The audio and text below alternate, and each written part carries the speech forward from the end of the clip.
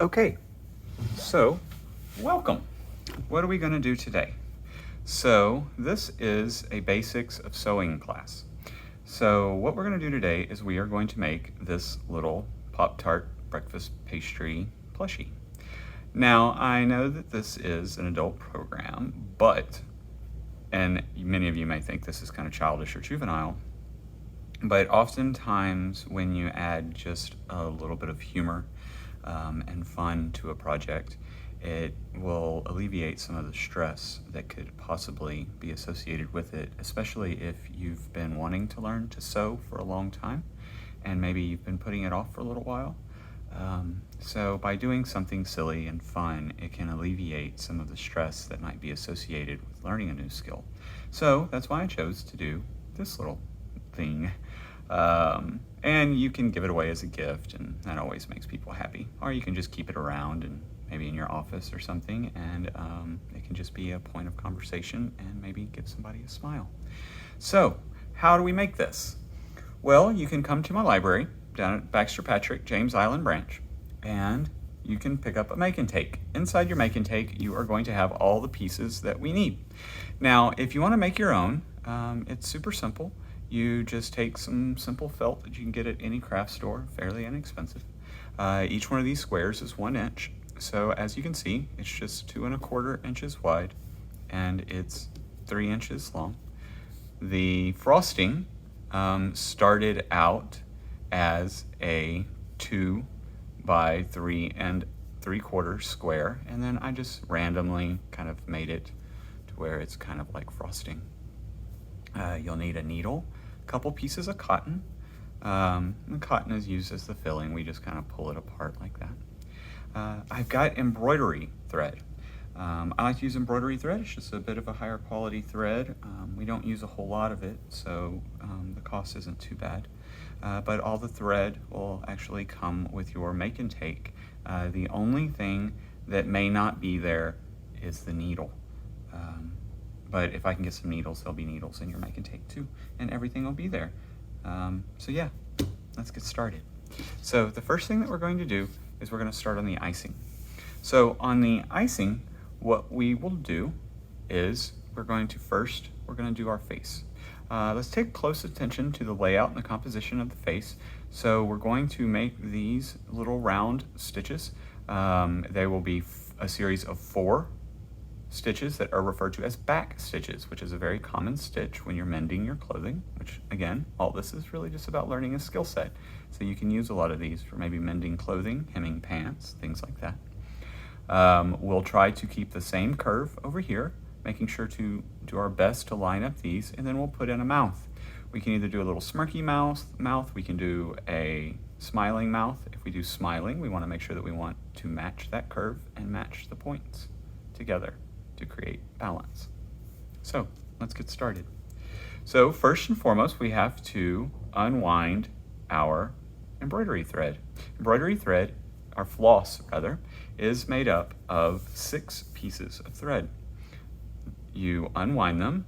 I like to generally do projects with 2 pieces of thread when I'm doing decorative stitching like this, just to kind of make it a little bit thicker and nicer. The secret to easily hand threading a needle is take your thread, bend it over like so, and put it to where you can just barely see it, and then point the eye of the needle up and just start wiggling and pushing down. Slowly, slowly, slowly, and then you'll see the thread kind of pop through the eye, and then you'll grab it and pull it through. If you have only got one of the pieces of the floss. If you have a needle threader, of course, that helps immensely. Or if you are using a tapestry needle. And a tapestry needle is a needle that is specifically used for embroidering and cross stitching. And it has a bit of a larger eye than what I'm using here, which is just a traditional sewing needle, which has a relatively small eye. You know what? That's giving me some problems. I'm going to go ahead and go grab a different needle with a slightly larger eye, that will definitely help us out. Because I actually grabbed the wrong needle. That one just was not going to work. Okay, so as you can see here, we have a larger eye that is going, or that should, make it a lot easier to thread. Let's see. And if I would grab the right thread, I actually had the group of 4 pieces of floss there instead of the 2. That definitely wasn't going to fit through. Look at there. Well, that was just 1. I'm going to get this. The first one of the day is generally a little more difficult than after you've been doing it for a little bit.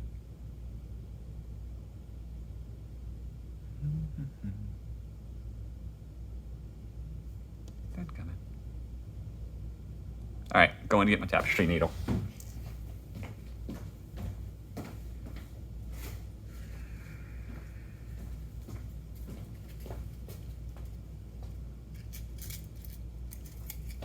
Tapestry needle.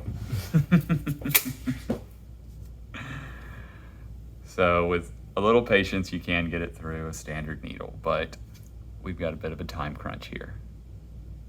All right. There we go.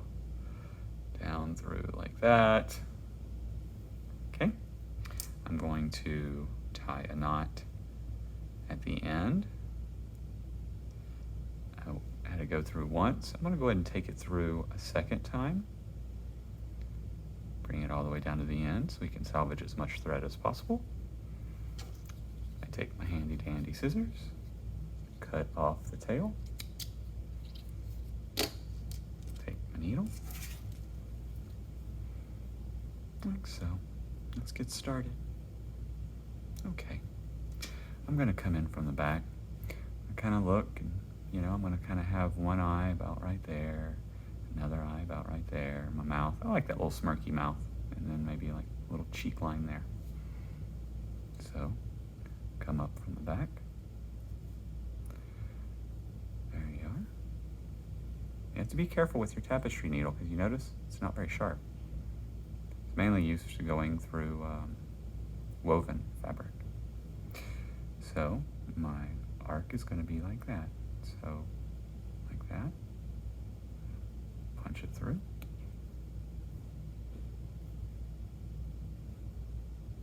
Like so. And then I'm going to start back stitching. So now I'm going back. Like so. You know, and at the angle that I got there, I kind of like it. And so I'm going to be able to manage this with just 3 back stitches.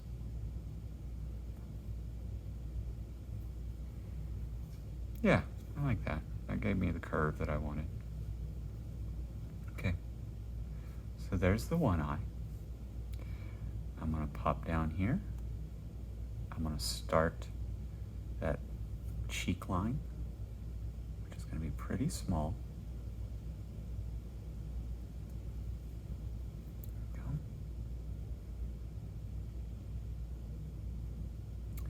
These stitches will be really close together to get that fine detail. Like so. Remember, you go forward where you want.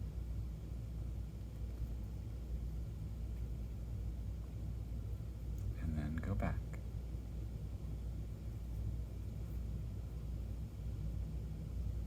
Forward.